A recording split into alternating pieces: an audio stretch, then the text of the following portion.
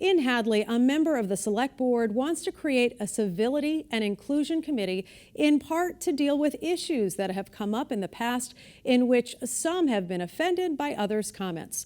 I spoke with Hadley Select Board Chairman Christian Stanley and Western New England University history professor John Back, who gave a broad view of the challenges of governing in a small town. Basically, there were comments made at a planning board meeting. Those meetings are recorded on Hadley Media. And, the word kind of got out that some inappropriate comments were made. There was immediately one complaint from a select board member saying, you should have stopped. Nobody said anything. Nobody stopped anything during that meeting. We should make some kind of action that those comments weren't appropriate. And there was an apology at the beginning of one of the meetings, and the planning board did apologize. They did not agree to sign a code of conduct or anything along those lines. Talk a little bit about the Civility and Inclusion Committee. Yeah, so it's a committee that has not been formed, but we're looking for people that are interested in joining this committee. And what we really want to address is diversity in the community and how our government itself can be more inclusive. So that's everywhere from developing policies that we have on boards regarding diversity and inclusion. Are there any updates we need to make to the way the police are working or the town government interfaces with the public that we can change? What it's not right now that is tricky is an area where people can bring complaints and address issues. That gets really tricky because it's investigatory and we don't quite know how to deal with something when somebody has a complaint about racism or discrimination, how to take that and address that completely on a town level. But I'm hoping with this committee we can form some ideas and make some progress in that direction, but we don't have it all nailed down, and I don't have all the answers. I just want to do something to address the issue and get the community's input to move forward. And when you look at Massachusetts, a lot of people would say, listen, blue state, progressive, but when you're talking about small town politics, it still remains in many cases small town. Like you mentioned, you know the person who's standing up there. They might be your neighbor, you might know them from church or from the corner store. So it does get uncomfortable sometimes to confront. And if we're so progressive, we also have towns that block change. They don't want to talk about things. A direct form of voter participation is such that some towns lag very far behind in terms of trying to measure liberal versus conservative. But then again, some towns can lunge ahead, far ahead of a national conversation. If you look at Washington now, there are some issues that they are not going to address. They're discussed, but they won't address them. And Councilman Stanley is someone who's talked about things like civility and global warming. I can guarantee you this is not going to happen in Washington, but a lot of things happen at the local level that can percolate up. Okay. We invented democracy, we invented public education.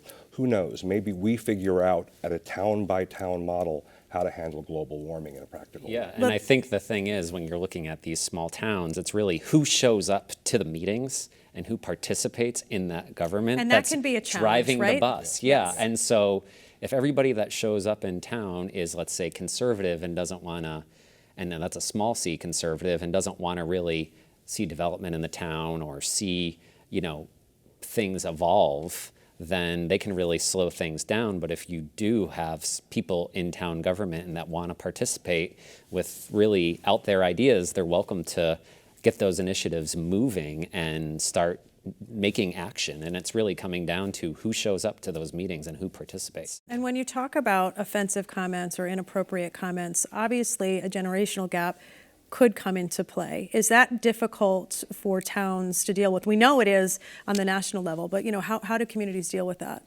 They deal with it town by town. And you may very well have some people in a small town and global warming gets brought up. And you may have the most passionate defender of the need to change, of the need to revise how people live, be the oldest person in the community on the select board because this person gives an impassioned speech about his great-grandchildren. It's not consistent between progressive and conservative by age, but it is something that is a challenge for every community, and it's a thankless challenge because these guys literally don't get paid.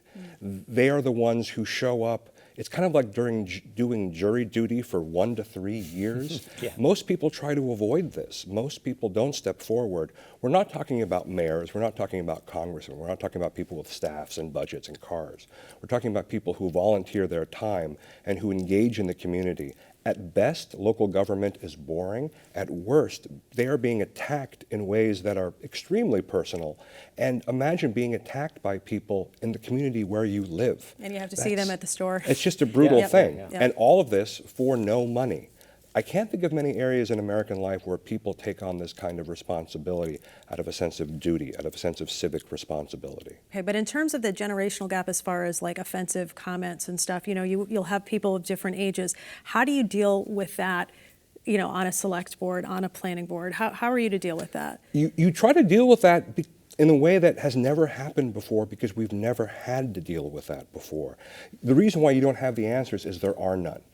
I assure you that in Washington, D.C., there is no official code of civic discourse, because if there is one, it would be detonating right now. But that code doesn't exist. It's at the local level where we're going to have to figure out how we move on with how we treat each other, how we identify with ourselves.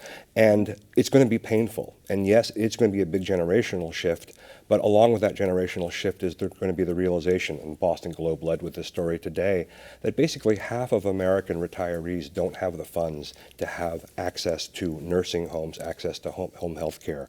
That problem is going to have to be solved at the local level. So I think perhaps these generational disputes over things like civility and discourse may fade when we realize that we're all in this together.